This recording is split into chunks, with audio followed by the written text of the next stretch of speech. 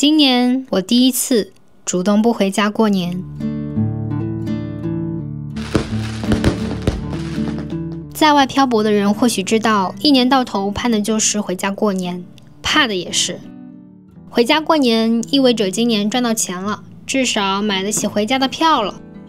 有句俗话，有钱没钱回家过年，重要的是家人团聚，团团圆圆，平平安安，迎接新年和希望。有了这些祝福，新的一年继续努力奋斗，来年再聚。可是为什么我不回家过年？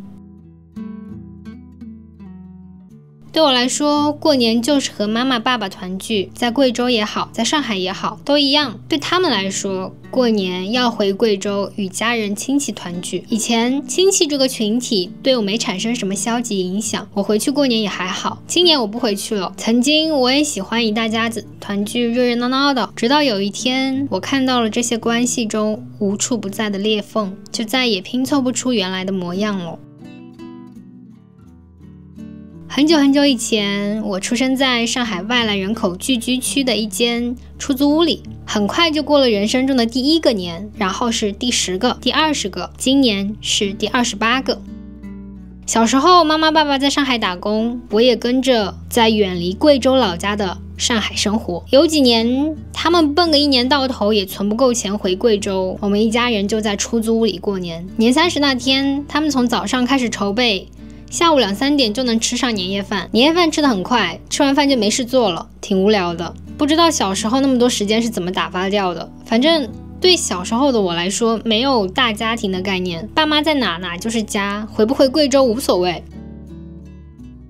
我11岁那年，爸妈回老家起房子，爷爷奶奶的老房早就装不下逐渐壮大的5个小家庭，妈爸就借钱起了毛坯房，以后回去有个住处。那年我们在老家过年，我和兄弟姐妹们无忧无虑的玩，跟着他们我学会了象棋和猪猪棋，我也第一次知道新年要买新衣服，那是一件有好多纽扣和口袋的棉服，我很爱它，可惜没过多久它就小了，我长大了。小时候每次被抓出去量身高补票的时候，我都特别难过。要是我矮一点，长得慢一点就好了，就不会让妈妈在检票员面前愧疚的脸红了。老天奶跟我开了个很大的玩笑。自从长到1.2米以后，我确实长得很慢，而且矮。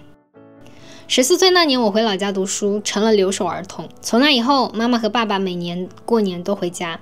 直到现在，我们这个小家平时四散各处，也就过年的时候就在一起。今年不聚了。往年春运期间，往返机票再贵我都回去了。今年真的翅膀硬了，赶不回家过年了。老家的乡里乡亲以为我北大毕业的月薪几10万，我怎么敢回去啊？农村地方小，走2步就能遇到认识的人，例如初中同学的妈妈会直接问我每个月挣多少啊？太直接了，我会害怕，我会说没多少，然后就跑。是的，迅速撤离。我该如何是好呢？我看我还是不回去比较好。那大多数都是外人嘛，不用放在心上。其实家人给的压力也很具体。去年回家过年，我和几个兄弟姐妹在 A 这个地方打麻将，刚打了几圈，突然有2个男性长辈过来打断我们，把麻将桌搬走了，搬到了 B 这个地方。给的理由是说一些叔叔伯伯要用这个麻将桌，我们呢也跟着去了 B 这个地方。我提议我们继续打，所以我们就坐下来继续了。过了一会儿，有几个叔叔伯伯来了，话里话外说的是麻将桌拖过来是我们要打的，你们几个小辈反而打起来了。那兄弟姐妹们不吭声，我就说我们打得好好的，你们非要搬过来，那我们就过来打咯。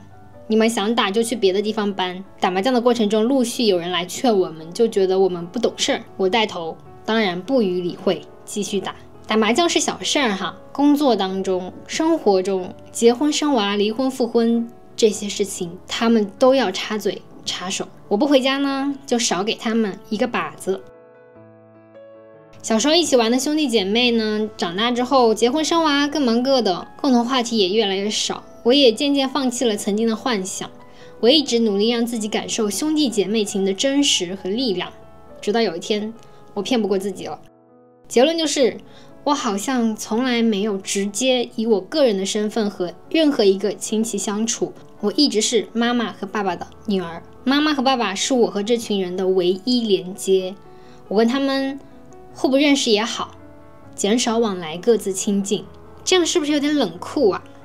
还好啦，我只是不回家过年，不想见到一些人而已，不想让自己受到伤害，也没有给他们造成任何伤害。妈妈和爸爸同意你不回家过年吗？我也没有征求他们的同意，我不买票不回家就好了，顺便还给自己安排了旅行。我想清楚了就比较有底气，但我还是在意他们的，所以跟他们分享了我的安排，也希望他们能支持我。他们虽然觉得有点遗憾，但还是支持我，我过得开心就好。准备去哪里过年？